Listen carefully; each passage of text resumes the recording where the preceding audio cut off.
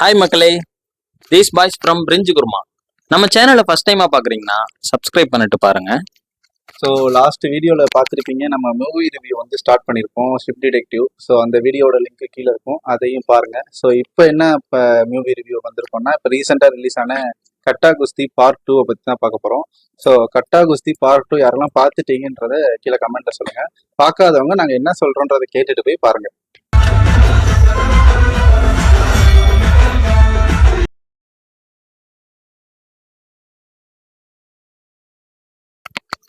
நம்ம இந்த படத்தோட கதை ஒன்லைனர் என்னன்னு பார்த்தீங்கன்னா, இவங்க வந்து அந்த ஃபர்ஸ்ட் படத்தோட அப்படியே கண்டினியூ தான்.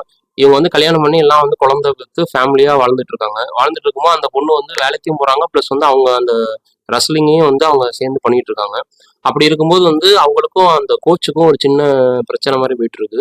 அதுக்கப்புறம் வந்து இவங்க ஃபேமிலிக்குள்ள என்ன நடக்குது, அது என்னென்ன வந்து அடுத்தவங்க சொல்றதை கேட்டு அவங்க ஃபேமிலிக்குள்ள என்ன பிரச்சனை போகுது, அந்த இவங்க அப்பா அம்மா போற சண்டைனால வந்து குழந்தைங்க எப்படி பாதிக்கப்படுது, இந்த மாதிரிலாம் வந்து நல்ல ஒரு மெசேஜோட கொண்டு போயிருக்காங்க. பட் வந்து ஓவராலா பார்த்தோம் அப்படின்னா ஃபர்ஸ்ட் பார்ட் வந்து ரொம்ப ஃபன்னா இருக்கும். அதுல வந்து கருணாசு, அப்புறம் வந்து முனிஸ்கான், அந்த அப்புறம் அந்த வக்கீல் பேர் என்ன, பகத்சிங் பகத்சிங், அவர் பேர் வேற ஏதோ மாமா.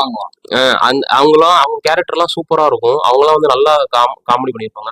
இதுல வந்து பாத்தீங்கன்னா கொஞ்சம் அந்த காமெடி தான் வந்து ரொம்ப கம்மி. அந்த மாதிரி எக்ஸ்பெக்ட் பண்ணி தான் போவாங்க. சரி, அதோட இந்த படம் இன்னும் நல்லா காமெடியா இருக்கு, ஏன்னா அதே குரூப் தான் அப்படியே இருக்காங்க.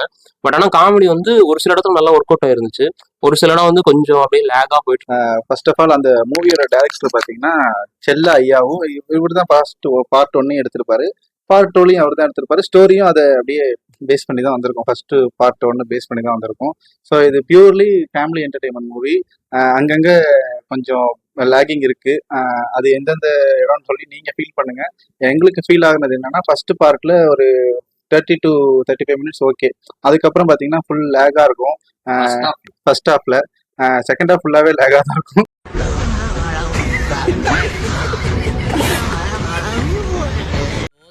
ஜெயிச்சாலும்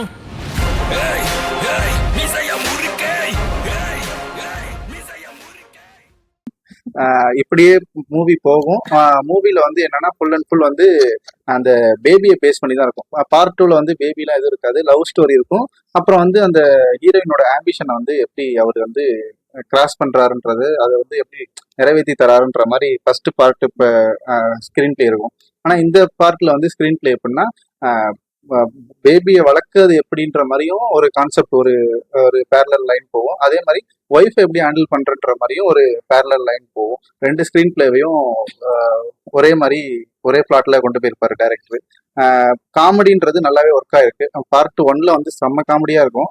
இதுல வந்து அதை ஈக்குவல் பண்ற அளவுக்கு இல்லைனாலும் கொஞ்சம் கம்மியா தான் வந்திருக்கு. ஓகே, பார்க்கலாம். அந்த கருணாஸ் வர ரோலு, முனிஷ்கான் வர இடம், அப்புறம் அந்த பகத்சிங் வர இடம்லாம் நல்லாவே ஒர்க் ஆயிருக்கு. அப்புறம் இன்னொரு மெயின் விஷயம் இந்த படத்துல என்னன்னு பாத்தீங்கன்னா, ஸ்ரீஜா அப்படி சொல்லிட்டு இன்னொரு செகண்ட் ஹீரோயின் மாதிரி ஒருத்தவங்க வந்துட்டு ஸ்கூல் டீச்சர் மாதிரி வராங்க.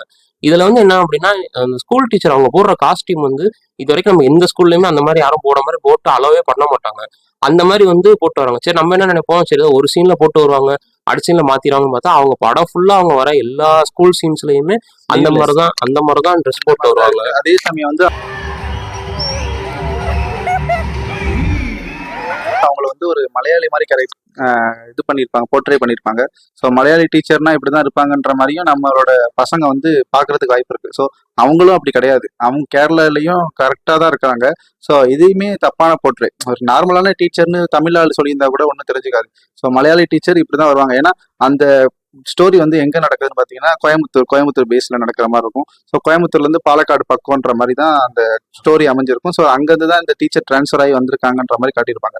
ஸோ இதுல வந்து ரெண்டு தப்பான விஷயம் என்னன்னா, எங்களுக்கு பிடிக்காத விஷயம் வந்து டீச்சர்ஸ் இப்படி இருக்க மாட்டாங்க, அதே மாதிரி கேரளைட்ஸ் மலையாளிஸ் இப்படி இருக்க மாட்டாங்கன்றது வந்து நாங்க பகிரங்கமா சொல்றோம். இப்படி இருக்கிறது இப்படி காட்டுனது தப்பு. ஸோ ஃபியூச்சர்ல வந்து இது மாதிரி ஏதாவது மூவிஸ் வருது, இந்த வீடியோ பாக்குறீங்கன்னா ஸோ அந்த மாதிரி கொஞ்சம் அவாய்ட் பண்ணிட்டீங்கன்னா நல்லா இருக்கும். ஓவரால் பார்த்தீங்கன்னா நல்லாவே இருக்கும். இது வந்து லேடிஸ் முக்கியமாக பார்க்க வேண்டிய படம். ஏன்னா கேர்ள்ஸோட எம்பவர்மெண்ட்டு, கேர்ள்ஸோட இன்ஃபீரியாரிட்டி காம்ப்ளெக்ஸ் எல்லாமே இதில் பிரேக் பண்ணியிருக்காங்க. அவங்களோட பாயிண்ட் ஆஃப் வியூ, அவங்களோட திங்கிங் என்னன்றது நம்ம ஓப்பனாக வெளியே சொல்ல முடியுது. ஃபர்ஸ்ட் ஹாஃப்லலாம் ஒன்றுமே இல்லாத மாதிரி ஒரு கேரக்டர் காட்டியிருப்பாங்க கருணாஸோட ஒய்ஃபா. அவங்களுக்கு வந்து ஒரு 4-5 லாங்குவேஜ் தெரியும், டிரைவிங் தெரியும், அப்படின்ற மாதிரி அசால்ட்டா காமெடியா அதை வந்து ஃபில் பண்ணியிருப்பாங்க. ஆனா அப்படிதான் இருக்கணும். அது எந்த இடத்துல ஃபில் ஆகணுமோ அந்த இடத்துல ஃபில் ஆகி அந்த இடத்துல போய் கரெக்டா உட்காந்துருச்சு அந்த இடம் எல்லாமே அவங்க யோசிச்ச மாதிரி. அது எல்லாமே ஹேட்ஸ் ஆஃப் தான் சொல்லணும். ஏன்னா லேடிஸ்க்கு வந்து ஃபுல் அண்ட் ஃபுல் இந்த படம் வந்து லேடிஸ்க்கு 50%, ஜென்ஸுக்கு 50% தான். நல்லாவே ஸ்கிரீன் பிளே பண்ணியிருக்காங்க. ஃபர்ஸ்ட் பார்ட்ல பாத்தீங்கன்னா வந்து அவங்க காமெடி ஃபேமிலிக்கு இம்பார்ட்டன்ஸ் கொடுத்துருக்க மாதிரி ஸ்போர்ட்ஸுக்கு இம்பார்ட்டன்ஸ் கொடுப்பாங்க. அந்த கேம் வந்து அவங்க நிறைய ரவுண்ட்ல விளையாடுற மாதிரி காட்டுவாங்க, அதுக்கு ஒரு இம்பார்ட்டன்ஸ் இருக்கும். பட் இந்த படத்துல பாத்தீங்கன்னா ஸ்போர்ட்ஸை பத்தி சொல்லுவாங்களே தவிர ஸ்போர்ட்ஸ் விளையாடுற மாதிரிலாம் எந்த இடத்துலயுமே காட்ட மாட்டாங்க. கடைசியா கிளைமேக்ஸ்ல மட்டும்தான் வர மாதிரி இருக்கும். அதுவுமே வந்து ஒரு மாதிரி ஜாலியா எடுத்துட்டு போயிருவாங்க. ரொம்ப வந்து ஸ்போர்ட்ஸுக்கு இம்பார்ட்டன்ஸ் கொடுக்காத மாதிரி இருக்கும். இவங்க வந்து காமெடி அது சேர்ந்து ஸ்போர்ட்ஸுக்கு கொஞ்சம் இம்பார்ட்டன்ஸ் கொடுத்து எடுத்துருந்துருக்கலாம். எடுத்தா அந்த படம் இன்னும் கொஞ்சம் பெட்டரா இருந்திருக்கும். பிளஸ் நம்ம சொன்ன மாதிரி தான் அந்த ஸ்கூல்ல வந்து அவங்க டீச்சர் இருக்கும்போது பாத்தீங்கன்னா கூடவே இன்னும் சில பிரின்சிபல் டீச்சர்ஸ் எல்லாம் காட்டுவாங்க. அவங்க எல்லாம் கரெக்டா ட்ரெஸ் பண்ணிருப்பாங்க, ஸ்கூலுக்கு எப்படி பண்ணணுமோ அந்த மாதிரி இருப்பாங்க. பட் இவங்க மட்டும் ரொம்ப ஆக்வர்டா இருப்பாங்க.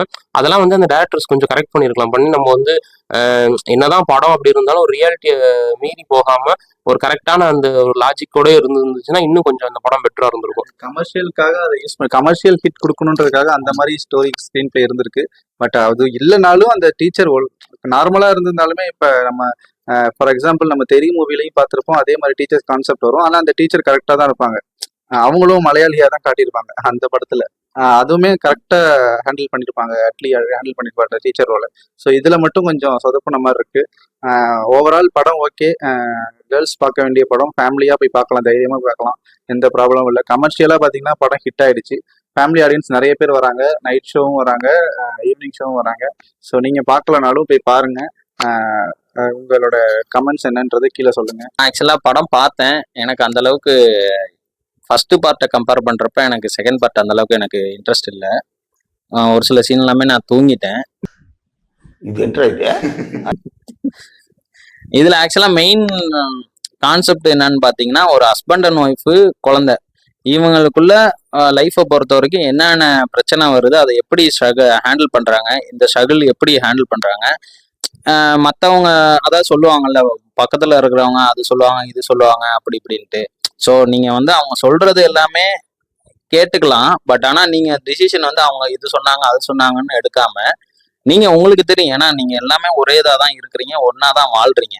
ஸோ அந்த மாதிரி இதுல வந்து நீங்க அனலைஸ் பண்ணி டிசிஷன் எடுங்க. எதுவும் மற்றவங்க இது சொன்னாங்கன்னு சொல்லிட்டு டிசிஷன் எடுக்காம கரெக்டா இருந்துக்கோங்க.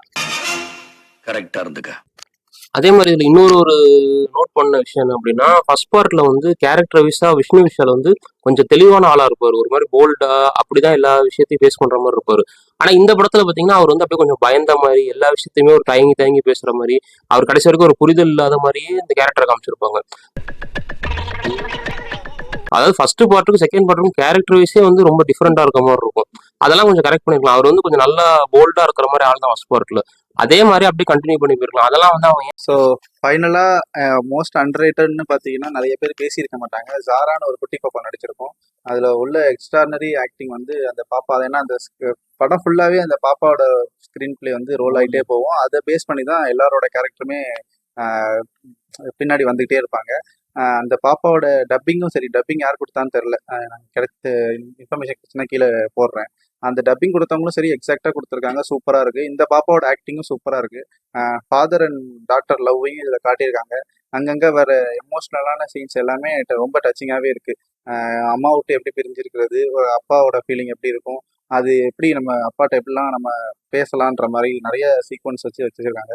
ரொம்ப நல்லாவே இருக்கு. நம்ம ரம்யா கிருஷ்ணன் வந்து கேமியோ பண்ணியிருக்காங்க. அதுவுமே நல்லா இருந்துச்சு. ஆனா ஒரு சில இடத்துலலாம் ரொம்ப லேக், ரொம்ப என்ன சொல்றது, போர் அடிச்சிச்சு. ரம்யா கிருஷ்ணன் வர சீன்லாம் அங்கேயே கட் அவுட் பண்ணி நம்ம கிளைமேக்ஸ் மூவ் பண்ணிருக்கலாம். ஆனா அவங்களாம் ரொம்ப ரிஸ்க் எடுத்து என்ன சொல்றது அந்த ரோல் பண்ண மாதிரி ஒரு ஃபீல் இருந்துச்சு. பண்ணிருக்கவே தேவையில்லைன்ற மாதிரி தோணுச்சு. அதான் இந்த சாரா பாப்பா தான் வந்து இந்த படத்திலே வந்து ஒரு ஷோ ஸ்டீலர் மாதிரி. அவங்க வந்து ரொம்ப அருமையா எல்லா சீனுமே வந்து நல்லா பெர்ஃபார்ம் பண்ணியிருக்காங்க. அவங்க பேசுற டயலாக்ஸும் நல்லா கியூட்டா இருக்கும். அதே மாதிரி கடைசியா வந்து யோகி பாபு வருவார். அவர் வர சீன்லாம் செம்ம காமெடியா இருக்கும். அவர் கொடுத்த கவுண்டர் டைலாக் எல்லாமே வந்து நல்லா ஒர்க் அவுட் ஆயிருக்கு படத்துக்கு. நல்லா சூப்பரா இருக்கு. மொத்தத்துல வந்து ஒரு நல்ல ஃபேமிலியா போயிட்டு என்ஜாய் பண்ற மாதிரி நல்ல படம் தான். எல்லாரும் பாருங்க. குடும்பங்கள் கொண்டாடும் கட்டா குஸ்தி 2. பாய்.